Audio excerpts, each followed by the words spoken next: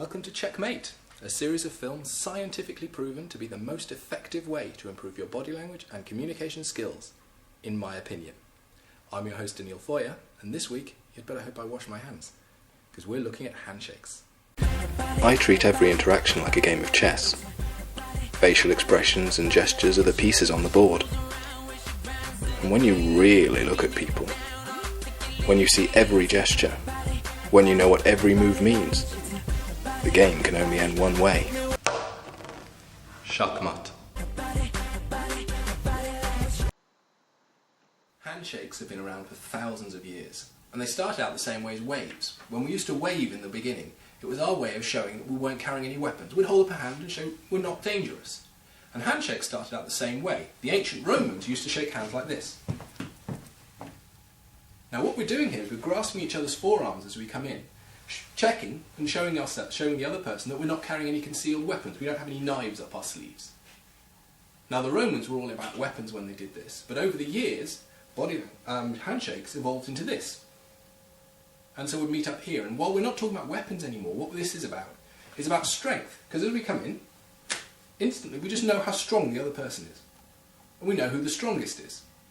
It's nothing as vulgar as an arm wrestler, just for 1 or 2 seconds it just establishes strength. Now, up to today, of course, handshakes have come down into this position. And here, while it isn't about strength anymore, it's still all about control. Because even though you don't know it, every handshake you give or receive is all about control. I'm Daniel. I'm Shashti. Shashti, okay. Your name's? Hi, Peter. Peter, nice to meet you. Kari. Hi, nice to meet you. Okay. Does everybody here know in advance, I think Peter probably does, everybody know in advance that you can win and lose a handshake? Any of you guys know that? No? Do you know that? Yes. Yeah? Okay, I thought so. Okay. So we're going to do this one more time. I'm going to tell you who wins and who loses. Try and see what we're doing, okay? There? Hey. Okay? Pretty neutral. Pretty neutral on this one. Hey? Hi, Peter. Nice to meet you. Okay.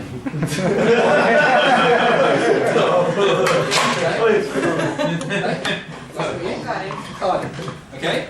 We're going to do this one again. Cardi? Kari. Cardi. Nice to meet you. Okay? Cardi won as well.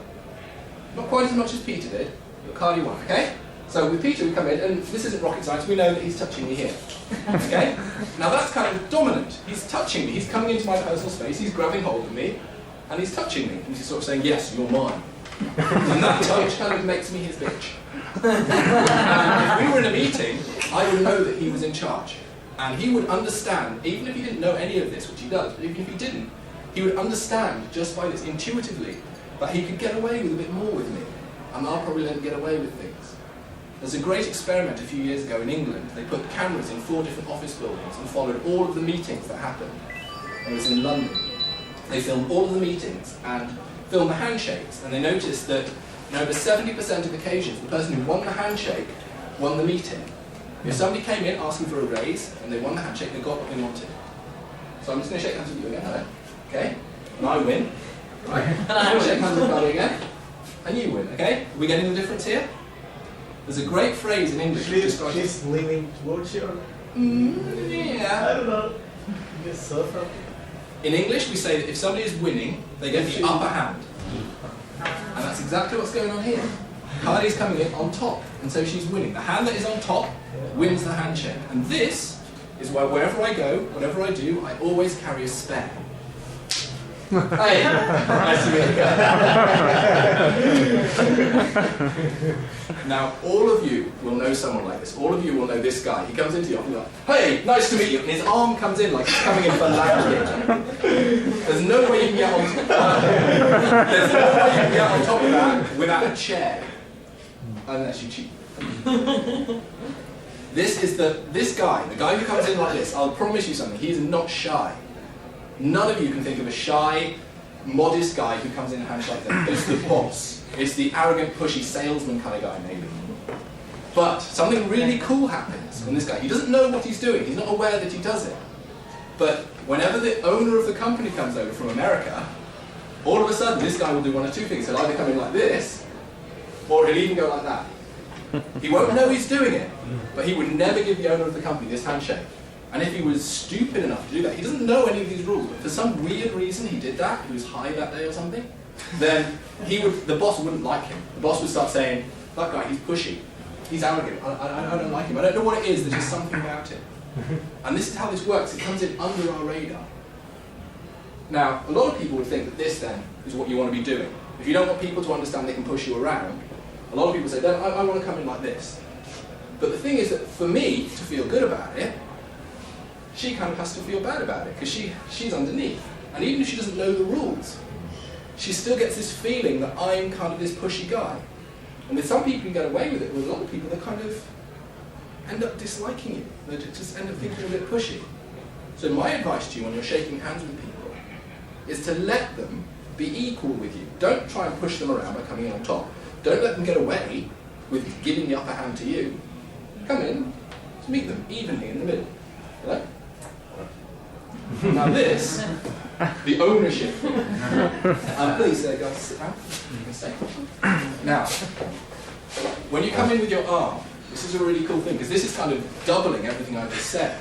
And the upper hand is all relative, so the higher up you come, the more of his bitch I am. So and now if you take this to the extreme, which nobody would ever do, but come on. Nice to meet you, dude. Yeah. All the way up on top. I like it. So this, everybody knows this, and this influences us in every part of our life. It's all heuristics, it goes right in under the radar. And so you come in, you go like this, they won't like you for it. But sometimes if you want power, then you can do this. But where this really comes in handy is because then you can see what other people are doing. And when you see what they're doing, you can understand what they want and what kind of person they are. And if somebody comes in giving you this, and you end up on the bottom, then there's a couple of things you can do. You can come in like this, but it does, again, this is really puts you in the driver's seat in a way that he's going to come away from this sort of not really liking me. So what I do instead is I train myself, and it took a bit of work, but I train myself to come forward with my right foot whenever I'm shaking hands with someone. I come forward with the same foot as the arm, so I come forward with my right foot, and then all I need to do, if I'm in this position, is just to go like this. I bring my other foot forward, and we just naturally come even. If I try and just force it over, usually I can, but then it's so artificial. You notice it, and it's like, resist me. And then we're kind of...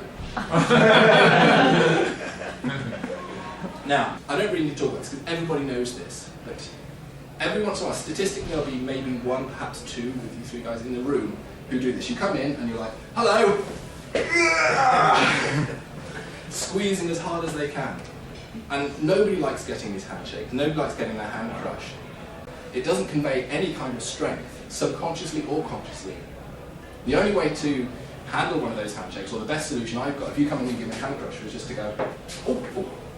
And then they'll react, because they're like, whoa. And then you go, oh, it's okay. And you win. Almost none of the people you know in your daily life are going to know any of these rules, whether their hand should be on the top or the bottom or what that means. But studies have shown again and again that even when people don't know the rules, when you change the way you shake hands, it changes the way they feel about you. So take some time now and become aware of how you're shaking hands, what you're communicating to others without even knowing it. And if you're not telling them what you want to be with your handshake, change your handshake. For about a week, you'll be very conscious of what you're doing, you'll be very aware of it. But after a week of forcing yourself to do it the new way, it will just start happening automatically. And the new handshake will be part of who you are. Now join me next time, and we'll be looking at personal space.